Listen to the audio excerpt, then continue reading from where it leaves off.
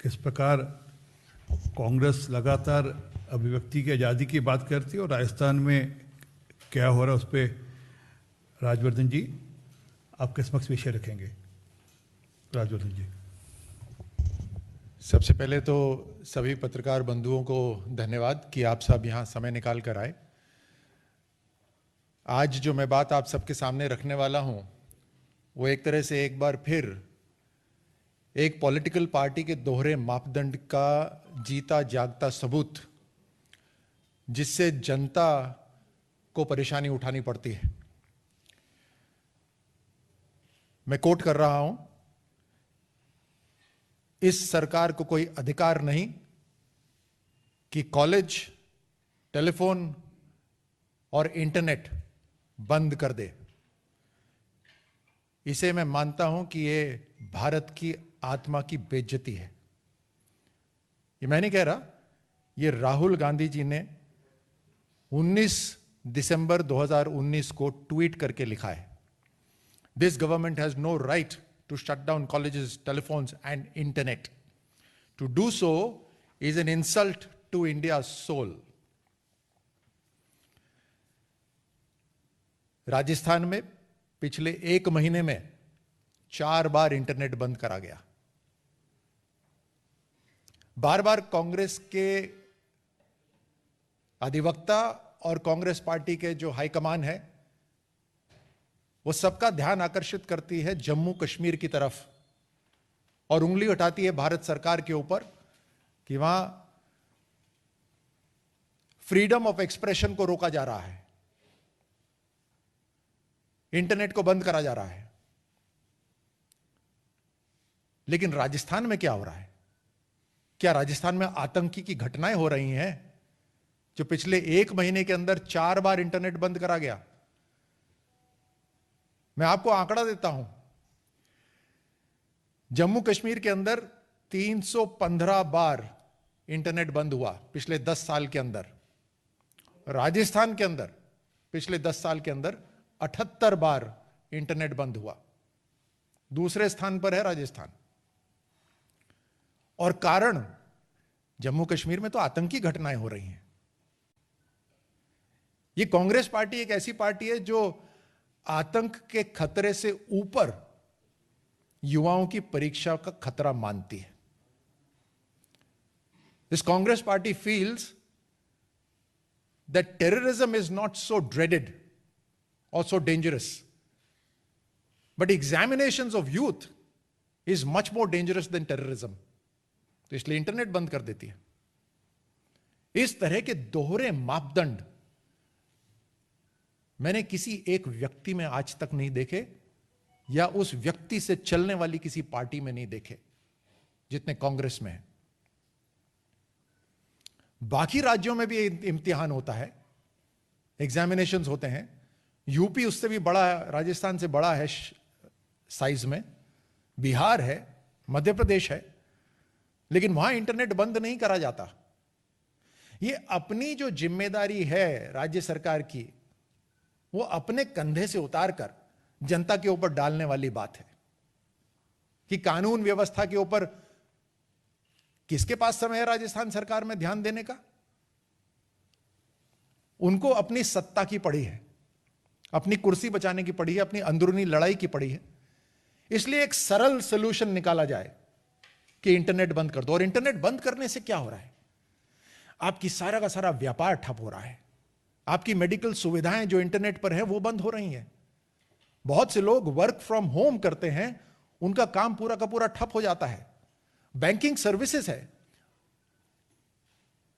पैसे का ट्रांसफर है, बुकिंग्स हैं, रेल यातायात हो या हवाई यात्रा हो, सारा का सारा काम ठप हो जाता है सिर्फ इसलिए क्योंकि राजस्थान में सरकार की जिम्मेदारी वाली जो पार्टी है वो अपनी जिम्मेदारी उठाने को तैयार ही नहीं है। दूसरे राज्यों से सीखना नहीं चाहते कि दूसरे राज्यों के अंदर किस तरह से इम्तिहान हो रहा है। मैं आपको दूसरे राज्यों के आंकड़े देता हूं कि 10 साल के अंदर यूपी में मात्र 29 बार इंटरनेट बंद हुआ है 10 साल में।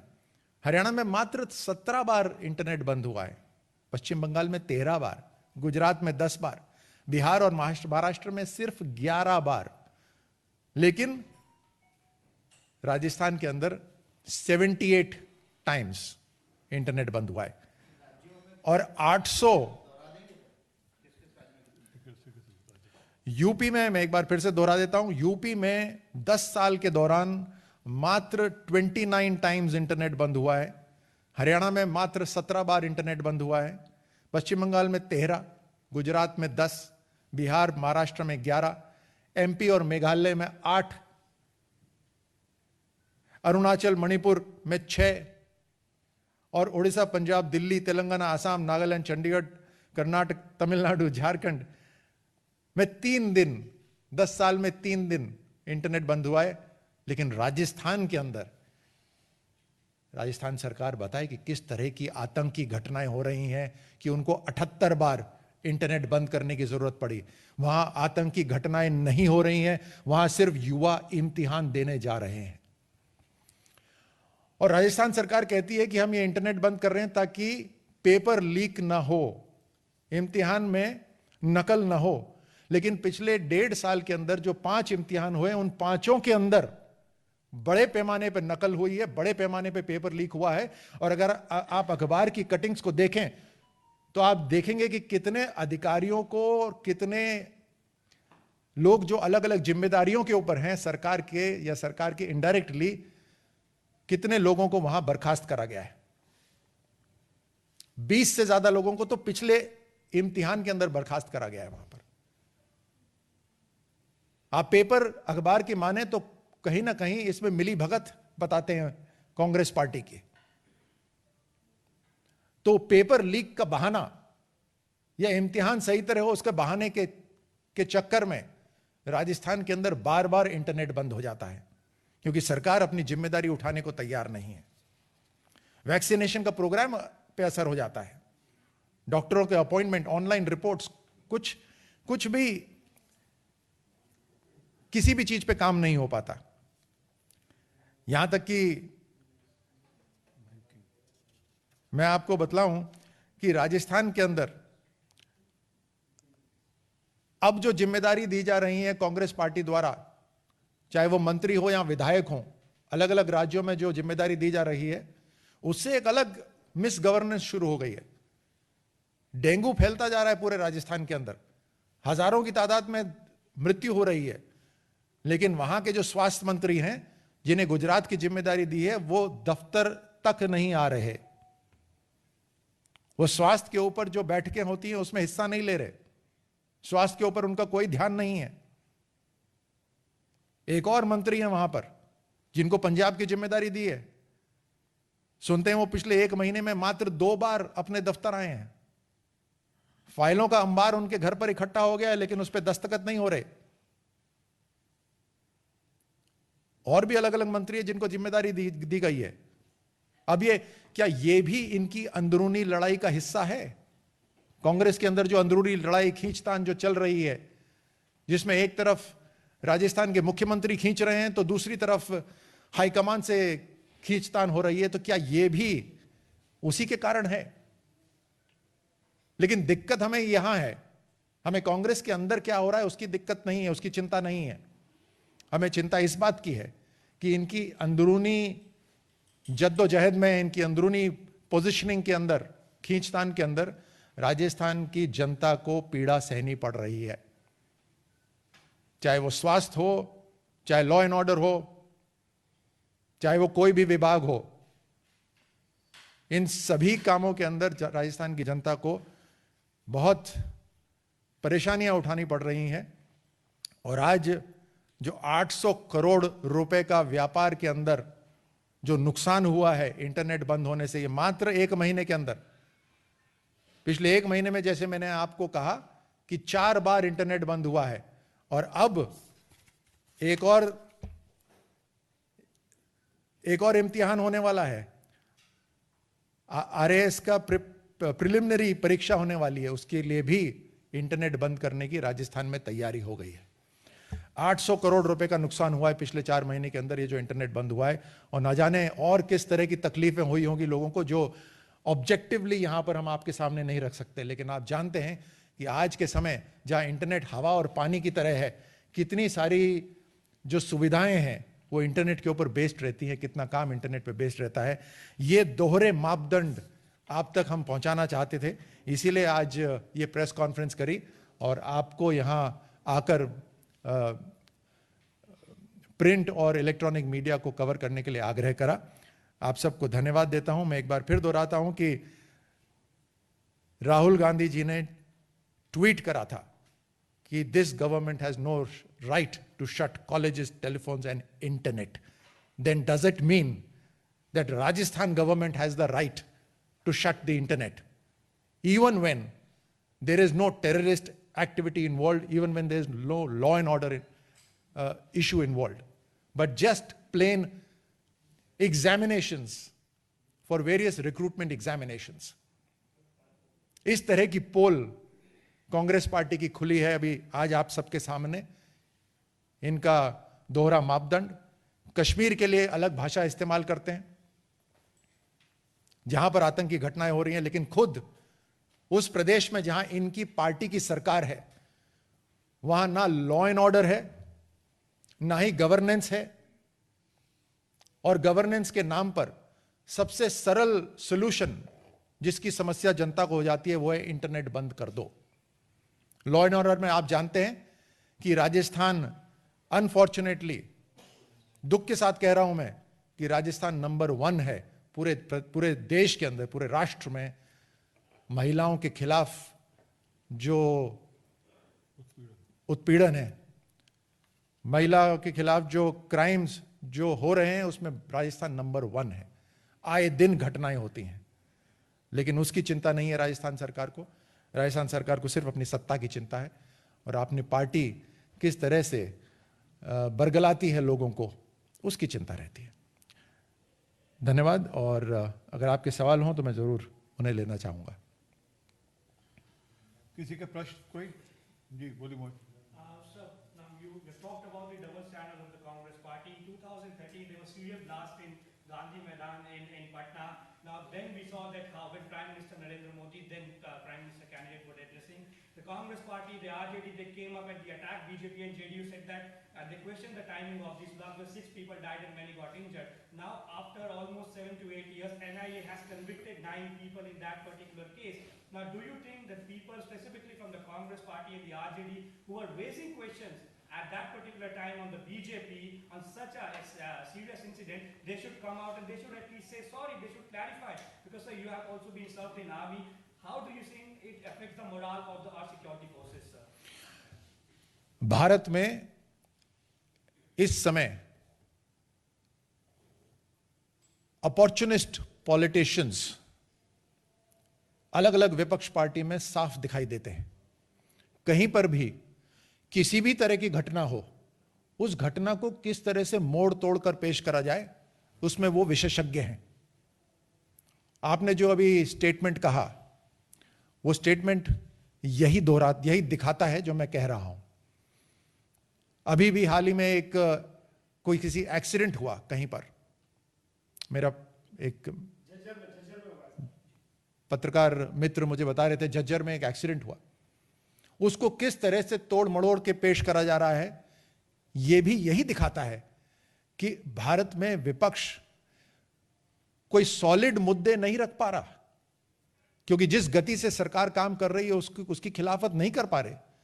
लेकिन कोई भी इशू को मोड़ तोड़कर जनता के सामने रखने के अंदर ये विशेषज्ञ बन गए हैं।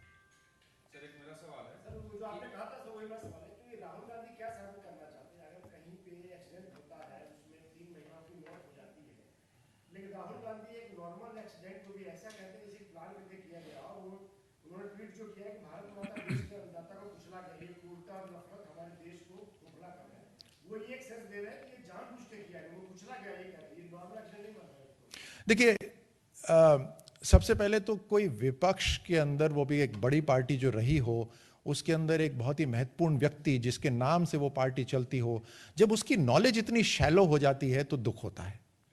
क्योंकि विपक्ष जरूरी है। विपक्ष किसी भी लोकतंत्र में जरूरी है। और राहुल गांधी के इस तरह के जो बयान आते हैं वो उनकी सोच की शैलोनेस दिखाता है। लोगों को भड़काएं, इस पे वो काम कर रहे हैं।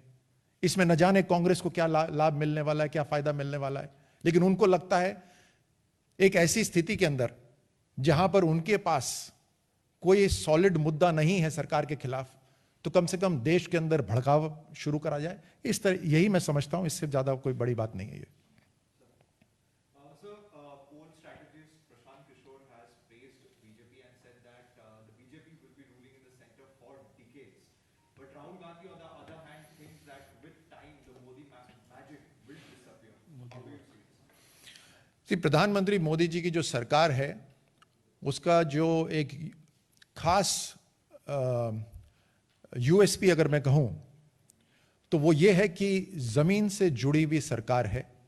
लगातार फीडबैक आता है जमीन से, ग्रास रूट से, और उस फीडबैक से सरकार लगातार अपनी पॉलिसीज बनाती है या उसको मॉडिफाई करती है।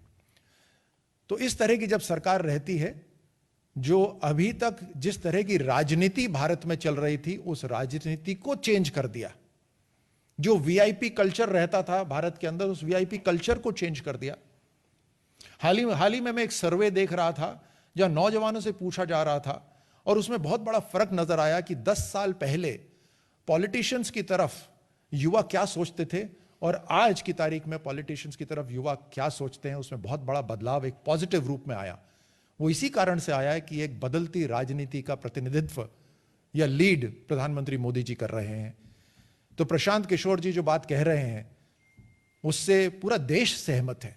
प्रशांत किशोर जी कोई ऐसी बात नहीं कह रहे जिसको देश नहीं जानता है, लेकिन यह बात जरूर है कि राहुल गांधी न देश की आवाज कभी सुनते थे न आगे सुनेंगे। तो मुझे इसमें भी कोई आश्चर्य नहीं है कि राहुल गांधी जी इसमें भी अपनी एक दूसरी प्रतिक्रिया रखते हैं।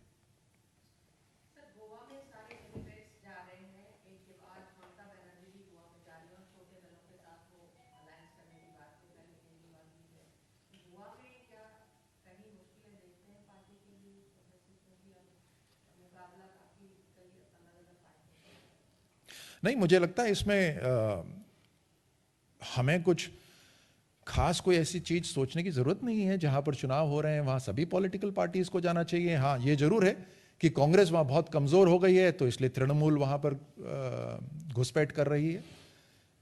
तृणमूल कांग्रेस वालों को अपनी तरफ से लेने की कोशिश कर रही है। You want to say something?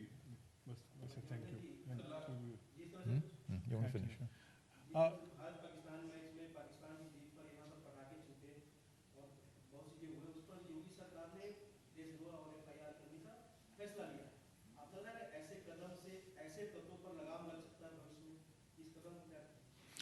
देखिए, किसी सरकार ने जो कदम उठाया है, खासतौर से राज्य की सरकार ने जो कदम उठाया है, उस पर मुझे बोलने का कोई अधिकार नहीं है यहाँ पर। मुझे यकीन है कि उन्होंने कुछ ना कुछ सोच समझ के करा होगा। किस तरह की इंटेलिजेंस उनके पास रही है इसका ना मुझे अंदाजा है ना मैं जानता हूँ। तो मुझे लगता है इस बात को वहीं रह सकते हैं। Thank you. लेकिन मैं ये कह सकता हूँ, एक फौजी होने के नाते, एक खिलाड़ी होने के नाते मेरी भावनाएं तो बहुत मजबूत रहती हैं भारत की तरफ। और जरूर कोई दूसरे देश की टीम जो कभी जीतती है तो उनकी पीठ थपथपा सकते हैं अच्छा खेल प्रदर्शन के लिए, लेकिन अपनी टीम तो अपनी टीम होती है। और उस देश के लिए नारे नहीं लगा सकते आप। तो ये नहीं कि उस देश के पक्ष में नारे लगाएंगे, ऐसा नहीं हो सकता ना। आप अपनी टीम की तारीफ करें, चलिए कोई टीम जीत जाए उस टीम की भी बात करें, परंतु आप ये नहीं कर सकते कि आप पाकिस्तान जिंदाबाद के नारे लगाएंगे। ये पॉसिबल नहीं है। सर, राजस्थान में अपने महिलाओं के क्राइम रेशियो को बढ़ते हुए उस पर सवाल सरकार से उठाए कि किस तरीके से लगातार क्राइम बढ़ रहा है। रिसेंट में जो कल वहाँ पर जो घटना हुई, जमवा रामगढ़, जहाँ पर एक महिला को निर्मम हत्या कर दी जाती है, उस पर एनसीडब्ल्यू ने भी कॉग्निजेंस लिया और सवाल खड़े किए राजस्थान सरकार से। आप क्या कहेंगे इस पर? राजस्थान की राजधानी जयपुर से मात्र 1 घंटे दूर एक गांव के अंदर रात में नहीं, दिन के 1:30 बजे, जंगल में नहीं, गांव के खेत में, उसी महिला के खेत में, वो अपने पशु चराने गई हुई महिला के, क्योंकि पांव में उसने चांदी के कड़े पहने हुए थे, तो उसके निर्मम हत्या करी जाती है, पांव काट दिए जाते हैं ताकि वो कड़े निकाल लिए जाएं। ये कैसे संभव है? ये माहौल कैसे बदला? क्या ये रातों रात बदल गया कि इन गुंडों को, दहशतगर्दों को, डकैतों की इतनी हिम्मत हो गई? ये रातों रात नहीं होता।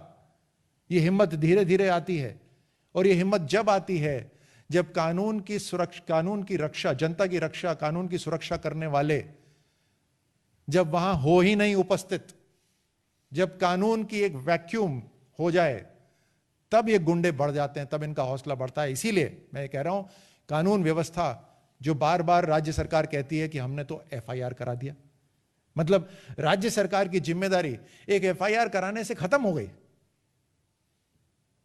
तो एक ऑनलाइन सिस्टम शुरू कर देते ना, राज्य सरकार की क्या जरूरत थी? कहीं घटना हो तो ऑनलाइन आप एफआईआर कर दीजिए, राज्य सरकार की क्या जरूरत है? जनता की सुरक्षा की जो जिम्मेदारी थी वो उन्होंने बिल्कुल छोड़ दी है, क्योंकि उनको खुद की सुरक्षा की चिंता है। राज्य सरकार को खुद की चिंता है तो अपनी सुरक्षा करने में लगी हुई है वो, और वही करती रहेगी अगले जितना समय बचा हुआ है, अगर सरवाइव करी सरकार तो। Thank you.